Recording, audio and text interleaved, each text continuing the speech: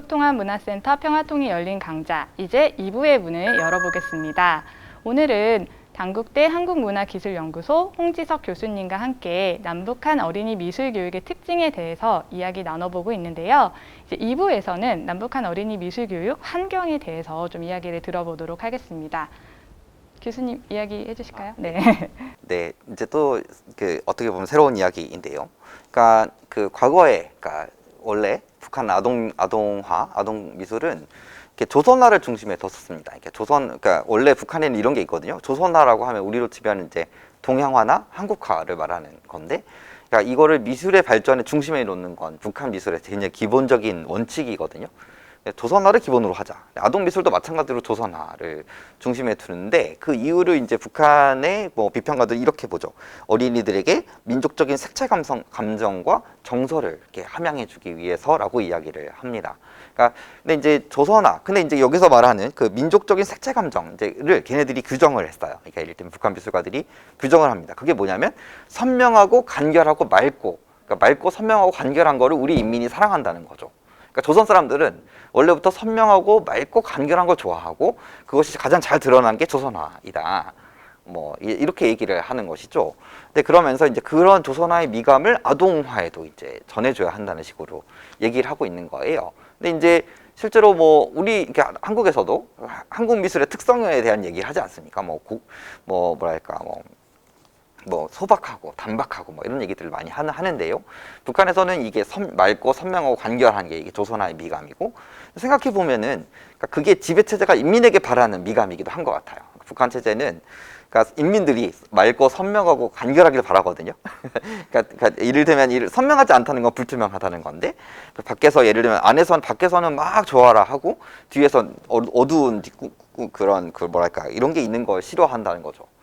그리고 또 은밀히 감춰놨다가 나중에 뒤통수 치고 이런 거 되게 싫어하는 거죠. 그리고 그거를 미술의 미감에다가 조선화의 미감이라고 딱 규정을 해놓고 그 조선화의 미감을 아동화를 비롯해서 미술 일반이 따르도록 요구하고 있는 거예요. 사실은 지배체제의 요구와 어떤 인민의 미감, 이를테면 북한 체제 특유의 어떤 미감 같은 것들이 그렇게 주조가 되고 있는 것이고, 그런 의미에서는 이제 아동화를 통해서 그런 미감, 이를테면 맑고 선명하고 간결한 미감을 인민들에게 어릴 때부터 이렇게 이를테면 일러주는 그런 전략을 취하고 있는 것이죠.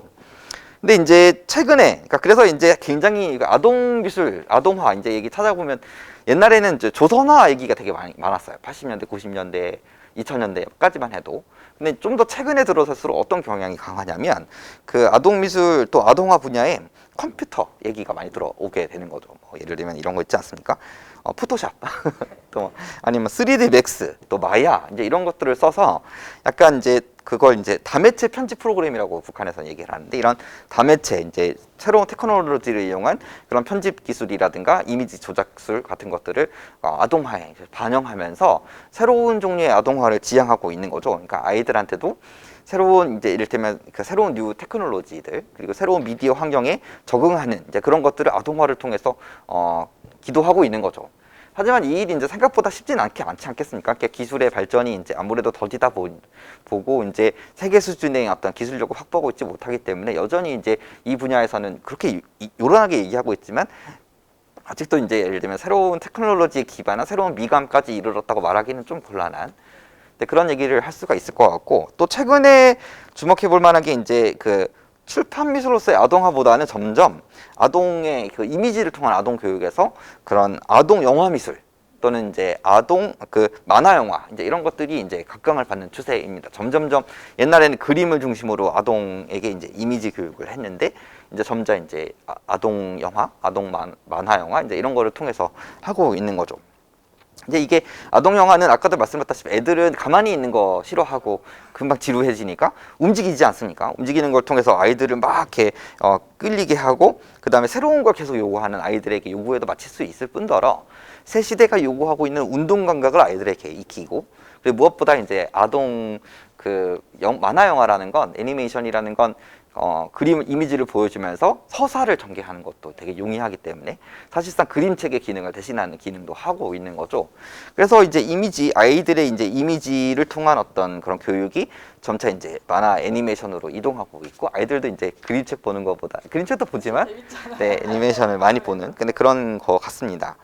또 이제 이런 또 하나 이제 환경에 있어서 되게 주목해야 되는 거는 이제 그런 어떤 환상들 이런 것들을 되게 적극적으로 끌어들이고 있는 건데 아이들은 꿈꾸는 존재 아닙니까? 북한에서도 그와 마찬가지인데 미래를 꿈꾸고 지금은 존재하지 않는 미래를 가져다 줄 존재들이기 때문에 북한에서는 그러니까 기본적으로 주체 사실주의를 추구하지만 여기만큼은 환상이라는 영역을 굉장히 자유롭게 할 수 있도록 용인해주는 장르가 이제 아동 장르예요.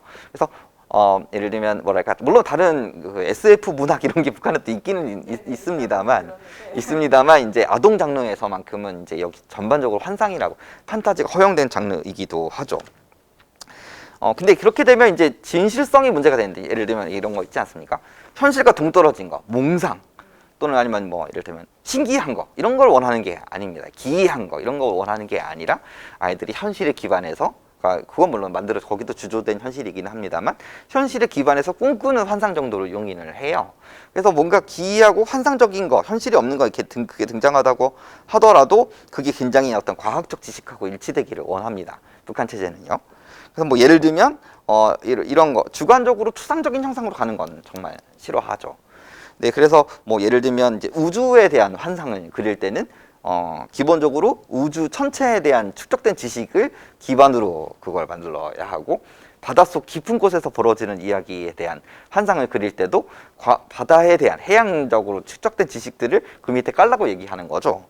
뭐 영리한 너구리라고 되게 유명한 애니메이션이 있는데 영리한 너구리의 한 편에는 이 제목이 불을 일으키는 얼음이라고 하는 주제가 있는데 이제 여기서 보면 붕어탑에 뭔 주제를 다루고 있냐면 영리한 너구리 약간 우리랑 뽀로로랑 비슷한 그런 애니메이션인데 성냥이 없을 때 어떻게 불을 일으키느냐 이런 것인데 주인공이 너구리가 어떻게 하냐면은 얼음을 볼록 렌즈처럼 이렇게 깎아갖고 그걸 불을 붙이는 이렇게 되면 이제 볼록 렌즈의 원리를 아이들한테 이렇게 전해주고 뭐 이런 거입니다. 그리고 뭐 예를 들면 의인화 이제 이것도 환상 이렇게 크게 보면 환상과 주관적 왜곡일 텐데 의인화를 쓰더라고 하더라도 뭐라고 해야 되나 이렇게 토끼보다 코끼리를 작게 그릴 수는 없는 거죠. 그러니까 기본적인 상식에 부합하게 할 거를 요구합니다. 그래서 약간 이제 결국 이제 이런 방식을 쓰는 이유는 뭐냐면은 아이들한테 그러니까 사상과 지식을 예를 들어 논리적으로 설득시키고 주입하는 게 문제가 아니라 그 아이들이 그것들을 은연중에 받아들이고 그리고 이제 그러면서 그 감상적으로 받아들이게 어떤 감정적으로 받아들이게 하는 그런 기제입니다. 그래서 인위적인 감이 우리로 치면 자연스럽게 스며들게 하는 것이죠. 이거 부정적으로 얘기하면 이제 세대랄까? 이런 거라고 말씀드릴 수 있는데 하여튼 그런 것이고 그래서 아이들에게 이제 생활의 교육과 자연 또 사회생활의 어떤 그들이 말하는 합법지적 발전 그다음에 지식을 줘야 한다는 것 지식이 되게 중요합니다. 아이들한테 지식을 쌓게 해주고 그다음에 결과적으로 그 환상을 통해 지식을 얻고 그다음에 체제가 요구하고 있는 어떤 도덕적 그런 미감을 자연스럽게 체득하게 하는 것 이것이 이제 북한 아동 장르의 굉장히 중요한 목적이라고 말할 수가 있겠습니다. 말씀 들으니까 너무 재미있게 느껴지는데 우리나라 같은 경우도 뭐 뽀로로나 아이들에게 엄청 선풍적인 인기를 끄는 애니메이션이 나오면은 그거에 맞게 약간 굿즈들도 엄청 많이 생겨나잖아요. 뭐 뽀로로 뭐 공책이라든지 뭐 신발이라든지 이런 캐릭터들이 나오는 상품들이 엄청 생겨나고 그거를 막 아이들이 엄마한테 사달라고 쪼르고 막 이러는데 혹시 북한에서도 아까 영리한 너구리 말씀하셨는데 뭐 그런 식으로 굿즈가 나오기도 하고 뭐 그러는지 궁금합니다. 네. 저는 그것에 관해서는 잘 모르겠어요. 약간 이제 굿즈가 있는가.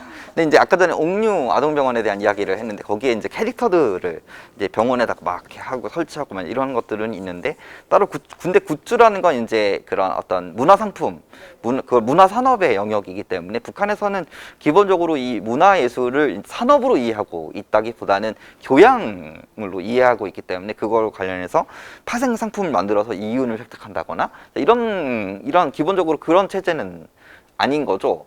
아마도 근데 이 부분이 나중에 이제 남북 그 교류의 어떤 고리가 될 수도 있겠다는 생각도 해봅니다. 일단은 영리한 너구리 아까 전에 말씀드렸던 되게 어린 아이들, 유소년기 아이들한테 굉장히 인기가 있는 걸로 알려져 있고 또 뭐 최근에는 날개 달린 최근에서 하기 없어 10년도 넘었지만 날개 달린 용마라고 이제 이런 거 또는 아니면 약간 환상이 들어간 거네요, 그거. 그쵸. 근데 북한에서 그죠 날개 달린 용마 자체가 되게 판타지이죠. 여튼 그런 거 있고 또 제일 유명한 건 역시 이제 소년 장수이죠. 뭐 엄청난 장수 프로그램인데다가 이제 1980년대 후반에서 90년대까지 엄청 그 얘기가 되면서 이제 북한 아이들에게 엄청난 사랑과 그런 지지를 받았고 그리고 이제 김정은 집권 이후에도 이것들을 다시 이렇게 예를 들어 더 덧붙여서 만든다는 얘기도 있어요. 이제 이렇게 약간 북한 아동물의 거의 상징처럼 되어 있죠. 이 소년 장수는요. 고구려 시대 때 그 소년들이 막 애국심에 의해서 나라를 지키고 뭐 이런 얘기들이에요.